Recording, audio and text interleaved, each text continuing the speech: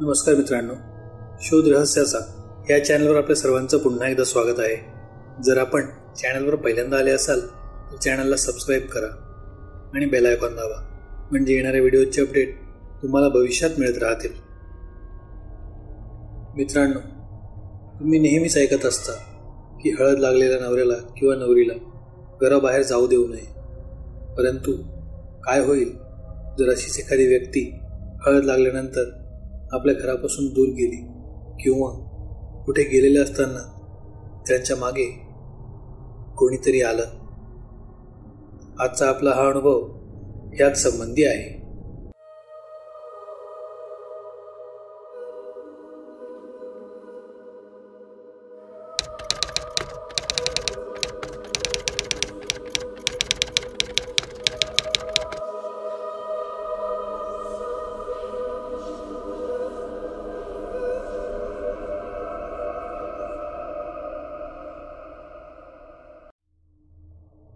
आज सर्वजण खूप खुश होते.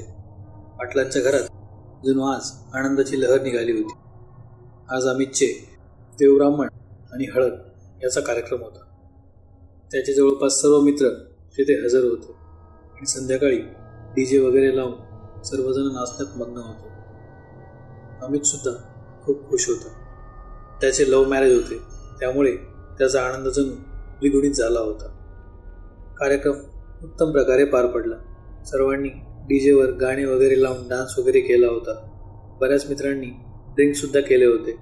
अमित सुद्धा थोडासा ड्रिंक करून बसलेला होता. त्याचे सर्व मित्र आज रात्री तेथेच थांबणार होते. सर्वांनी अमित जवळ हट्ट केला होता की आज आपण सर्व टेरेसवरच झोपू. तसा अमित सुद्धा तयार झाला होता. सर्व पाहुणे मंडळी जे गावात राहत होते ते निघून गेले आणि घरामध्ये फक्त अमितचे घरचे, अमितचे मित्र आणि थोडेफार जे बाहेर गावून पाहुणे आले होते तेच थांबले होते. अमित आणि त्याचे सर्व मित्र आता टेरेसवर धिंगामस्ती करत होते. अंताक्षरी, गाणे, डान्स या सगळ्यांमध्ये सर्वजण बिझी होते. त्यांनी वर बरेच स्नॅक्स आणून ठेवले होते. ते सर्व खात गप्पा मारत त्यांचा एन्जॉय सुरू होता. आता सुमारे रात्रीचे 12 वाजले होते. बराच वेळ झालेला असल्यामुळे त्याचे आईवडील त्या सर्वांना म्हणू लागले, खूप धिंगाणा झाला आहे, उद्या आपल्याला लग्नाला पण जायचे आहे, त्यामुळे तुम्ही सर्वजण आता झोपी जा. आई वडिलांचे ते बोलणे ऐकून तसं अमितला फारसा आवडलं नव्हतं. परंतु दुसऱ्या दिवशी लग्न असल्यामुळे तो त्यांचं म्हणणं ऐकून झोपायला निघून गेला. सर्वजण टेरेसवरच झोपी गेले. तिथे त्यांनी सर्वांसाठी बाज, गादी वगैरे सर्व अंथरलेले होते. गप्पा मारत मारतच सर्वजण शांतपणे झोपी गेले. सुमारे रात्री 2 वाजता लघवीला जायचे म्हणून अमित उठला. सोबत त्याने एका मित्रालाही घेतले. गच्चीच्या मागच्या बाजूला जो जिना होता त्या जिन्यावरून उतरून घराच्या मागच्या बाजूला लघवीस गेले.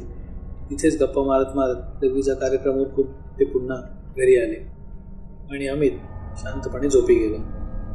सुमारे 2 तासानंतर सकाळचे 3:30 वाजलेले असताना अमितला गल्लीमध्ये कुत्र्यांचे आवाज येऊ लागले. गल्लीतले कुत्रे मोठ्या मोठ्याने विवळत होते. सर्वजण त्या आवाजाने जागे झाले. अमितचे आईबाबा सुद्धा त्या आवाजाने जागे झाले आणि ते गल्लीत पाहू लागले. गल्लीतील सर्व कुत्री त्यांच्या घराकडे बघूनच भुंकत होती.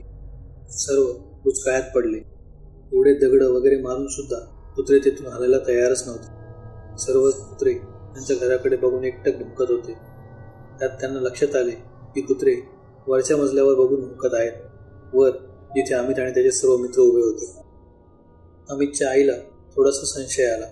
ती अमित जवळ गेली आणि त्याला म्हणाली, तू घराबाहेर पडला होतास का? त्यावर अमित म्हणाला, हो, लग्नीला म्हणून फक्त मी आपल्या मागच्या वाड्यात गेलो होतो. का? त्यावर त्याची आई म्हणाली, तरीच हे सर्व घडत आहे. अमितला काही समजलेच नाही. तो म्हणाला, नेमकं काय म्हणायचंय तुला? त्याची आई म्हणाली, तू जेव्हा मागच्या बाजूस गेला होतास तेव्हा तू एकटा नाही आलास, तुझ्या मागेही कोणीतरी आला आहे.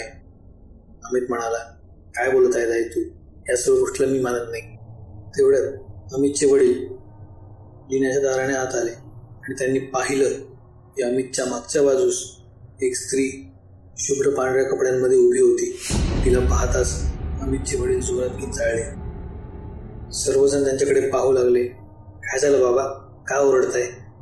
त्यावर ते म्हणाले, तुझ्या मागे कोणीतरी उभा आहे. अमित म्हणाला, काय बोलताय तुम्ही, कोण आहे माझ्या मागे? तेवढ्यात अमितच्या कानावर एक आवाज पडला, अमित, चल मी तुला घेऊन जायला आली आहे. आणि अमितच्या अंगावर सर्रकन काटा उभा राहिला.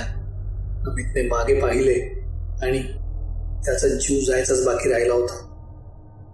पांढरे शुभ्र कपडे, पांढरा फट्ट पडलेला चेहरा, ते पिवळे डोळे आणि सुळ्यासारखे दात असलेली एक स्त्री त्याच्या मागे उभी होती. तिला बघून फळ येऊन अमित तिथेच बेशुद्ध पडला.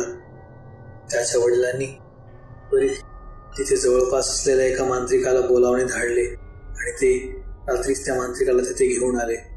जेव्हा तो मांत्रिक तिथे आला तेव्हा अमित झोपेतून उठल्यासारखा खडबडून जागा झाला आणि त्या मांत्रिकाला काही बाही बोलू लागला आणि शिव्या देऊ लागला. तो मांत्रिक म्हणाला, का पछाडला आहेस याला? त्याच्या शरीरातून जा. त्यावर एका स्त्रीच्या आवाजात अमित म्हणाला, याला मी सोडणार नाही. हा माझ्या फेऱ्यात आलाय, आता याचा जीव घेऊनच मी जाणार. त्यावर त्या मांत्रिकाने आपल्या पिशवीतला अंगारा काढून अमितच्या कपाळी लावला आणि त्याने मंत्रलेले लिंबू अमितच्या डोक्यावर कापले आणि काहीतरी मंत्रपठण तो करू लागला. थोड्या वेळानंतर अमित बेशुद्ध झाला. जेव्हा त्याला शुद्ध आली तेव्हा तो स्मृतीभ्रष्ट झाल्यासारखा सगळ्यांकडे पाहून विचारू लागला, काय झालंय? तुम्ही सर्व असे का बसलात? झोपा लवकर, सकाळी लग्नाला जायचंय ना आपल्याला. आणि हे महाराज इथे काय करतात? त्यावर सर्वजणांनी त्याला घडलेली सर्व हकीकत सांगितली. हे सर्व ऐकून अमित चांगलाच घाबरला होता. हळदीची ती रात्र त्याच्या जीवावर बेतता बेतता राहिली होती. मित्रांनो, तुम्हाला जर हा अनुभव आवडला असेल तर व्हिडिओला लाईक करा. व्हिडिओ कसा वाटला हे कमेंटमध्ये सांगायला विसरू नका. आपण जर या चॅनलवर पहिल्यांदा आले असाल तर चॅनलला सबस्क्राईब करा आणि बेल आयकॉन दाबा, म्हणजे येणाऱ्या व्हिडिओचे अपडेट तुम्हाला भविष्यात मिळत राहतील. त्याचबरोबर हा व्हिडिओ तुमच्या सर्व मित्रांना शेअर करायला विसरू नका. धन्यवाद.